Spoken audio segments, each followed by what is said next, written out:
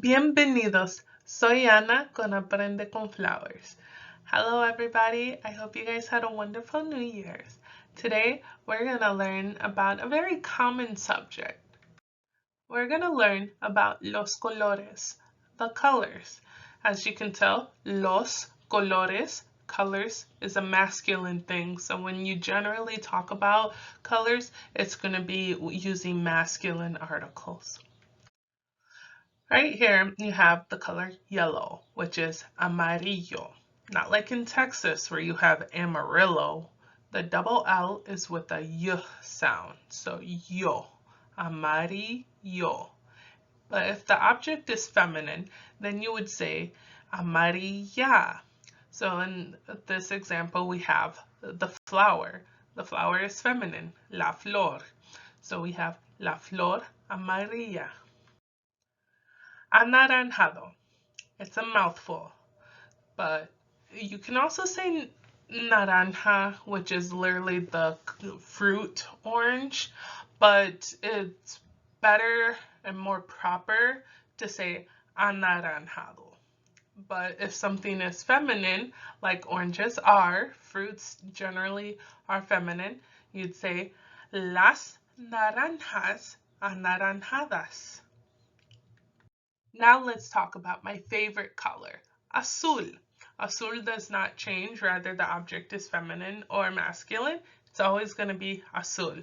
So, el cielo azul. You might also hear some people say el azul cielo. It's because most of the time it's a given that the sky is going to be blue. That's a whole different thing on adjectives. Sometimes you'll hear, oh, you always have to put the adjective at the end. Yes and no.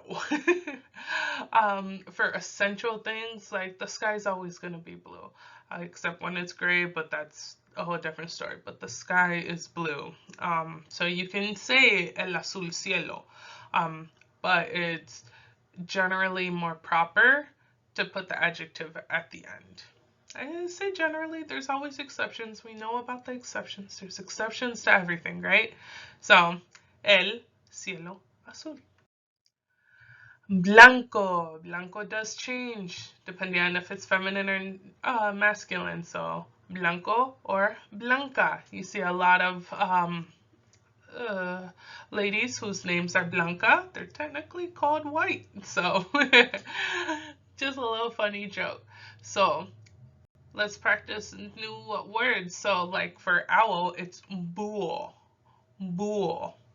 Remember, H's are silent. So el búho blanco. Gris. Gris does not change.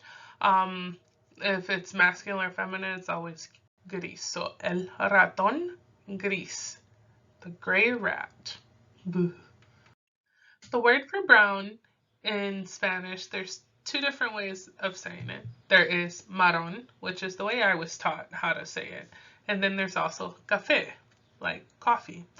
But it doesn't matter if the object is feminine or masculine. You will just use one of the colors. Try to be consistent with the way you do it. That way your brain associates the color with the word more. So el caballo, the horse, el caballo marrón, the brown horse. Morado, morado o morada. So, because we have el carro, el means masculine, we're going to have el carro morado. Negro, negro or negra, depending on how it is. So I have a cat at home. It's a boy cat, so I would say el gato negro. If I had a female cat, it would be la gata negra. Rojo, rojo or roja. Las cerezas rojas. So, funny thing about cerezas, which are cherries, I always remember cerezas is different than cervezas, which is beer. So I always say, quiero una cerveza de cereza. I want a cherry flavored beer. That's how I always keep the two distinguished in my head anyway. rosado or rosada. That is the pink color.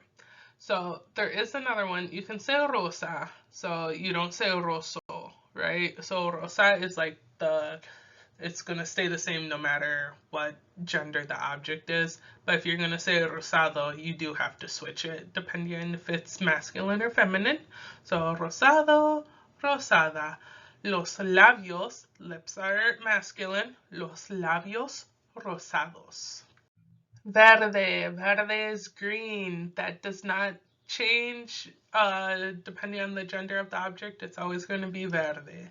Okay, so las ranas verdes. El arco iris. So el arco iris is the rainbow. So as you can tell, rainbows are masculine. So el arco iris. I always like to think arco as in arc and then iris as like iridescence.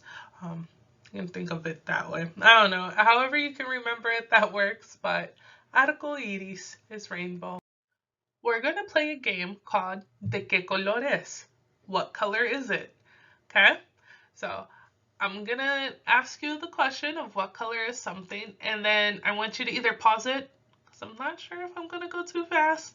Sorry if I do. Give you a pre-warning.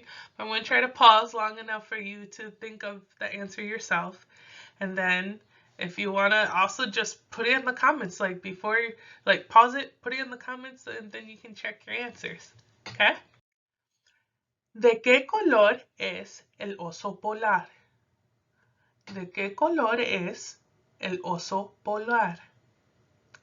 What color is the polar bear? As you can tell, we have el oso polar.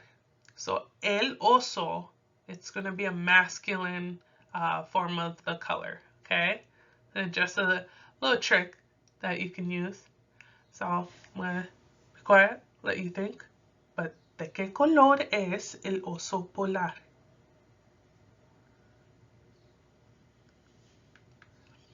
El oso polar es blanco. El oso polar es blanco. ¿De qué color es la manzana? ¿De qué color es la manzana?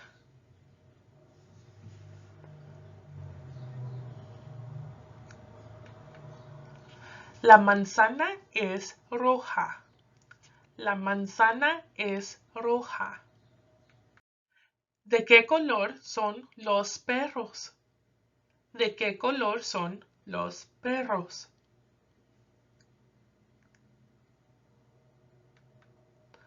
Los perros son negros. Los perros son negros. ¿De qué color son los árboles?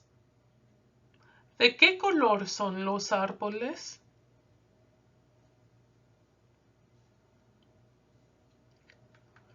Los árboles son verdes. Los árboles son verdes. As you can tell, when you make colors plural, the general rule is just add an S in the end. It's similar in English, right?